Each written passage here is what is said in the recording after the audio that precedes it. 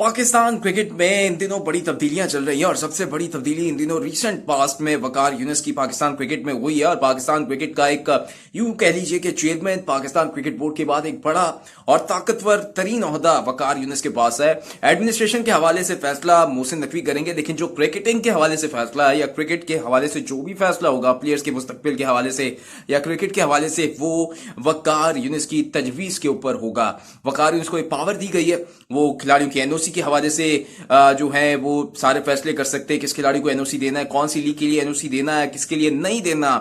खिलाड़ियों की जो सिलेक्शन होती है उसका हतमी फैसला वकार यूनिस करेंगे। वकार यूनिस सिलेक्शन कमेटी की जो है एक निगरानी भी करेंगे। जो भी खिलाड़ियों का एक स्क्वाड बनाया जाएगा वो वकार यूनिस के ऊपर साइन करेंगे और फिर ही वो स्क्वाड जाकर फाइनलाइज होगा या फिर हतमी शक्ल उसको दी जाएगी। और इस तरीके से दीगर फैसले क्रिकेट के हवाले से वो भी वकार यूनिस करेंगे। कप्तानी हो गई या दीगर फैसले हो गए वो वकार यूनिस करेंगे। यानी कि एक बड़ा पावरफुल ओहदा वकार यूनिस के पास है। बहुत से लोग इस फैसले को गलत भी दे रहे हैं क्योंकि माजी में वकार यूनिस के खिलाड़ियों के साथ ताल्लुकात अच्छे नहीं रहे थे, जिसकी सबसे बड़ी मिसाल शाहिद आफरीदी और वकार यूनिस की मिसाल है, जिनके माजी में इख्तलाफात बहुत ज्यादा और शदीद किस्म की नौयत के थे। अब एक और बड़ा नाम सामने आया है वसीम अकरम का, और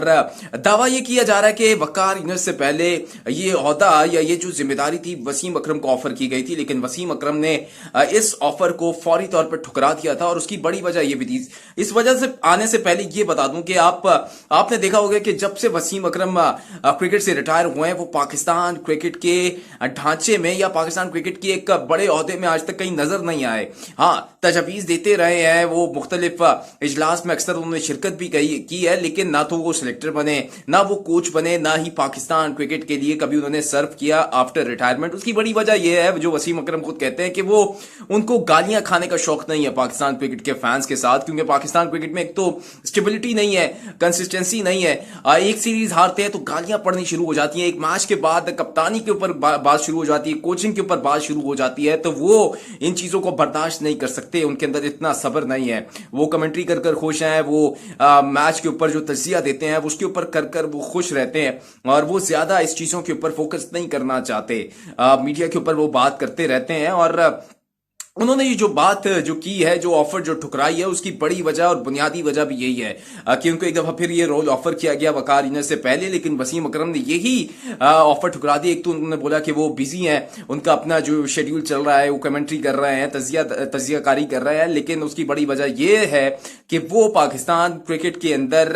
नहीं आना चाहते क्योंकि उनके अंदर इतनी बर्दाश्त नहीं है, और वो नहीं चाहते कि उनको गालियां पड़े। एक बड़ा लेजेंड खिलाड़ी जब कोचिंग में जब नाकाम होगा तो फिर गालियां पड़ती हैं। आपने देखा होगा पाकिस्तान सुपर लीग में जब कराची किंग्स की वो कोचिंग कर रहे थे तो कराची किंग्स मुसलसल नाकाम थी और वसीम अकरम को शदीद तनकीद का निशाना बनाया जा रहा था, और उसी बाद जब मुसलसल नाकामी के बाद वसीम अकरम ने कराची किंग्स की कोचिंग से इनकार कर दिया और वो फिर टीवी पर आकर बैठकर शोज करने लगे। तो यही वजह है, वसीम अकरम पाकिस्तान क्रिकेट के ढांचे में नहीं आना चाहते, पाकिस्तान क्रिकेट की कोचिंग में मजीद दिलचस्पी नहीं रखते, और यही वजह थी कि वकार यूनिस को रोल ऑफर किया गया। और ये कब तक चलते हैं वकार यूनिस, ये तो आने वाला वक्त बताएगा। 12 उनकी टीम बनने जा रही है, एक वकार यूनिस और उनके 5 बाकी मेंबर्स हैं, जिसमें से एक मिसबाह उल हक का भी नाम सामने आ रहा है कि वो कंफर्म हो चुके हैं कि मिसबाह उल हक का उनकी मेंबर में शामिल होंगे। शाहिद अफरीदी का नाम भी शामिल आ रहा है, लेकिन मुश्किल है कि शाहिद अफरीदी उस कमेटी में मेंबर हो, क्योंकि वकार यूनिस और शाहिद अफरीदी कभी आपस में बनी नहीं है।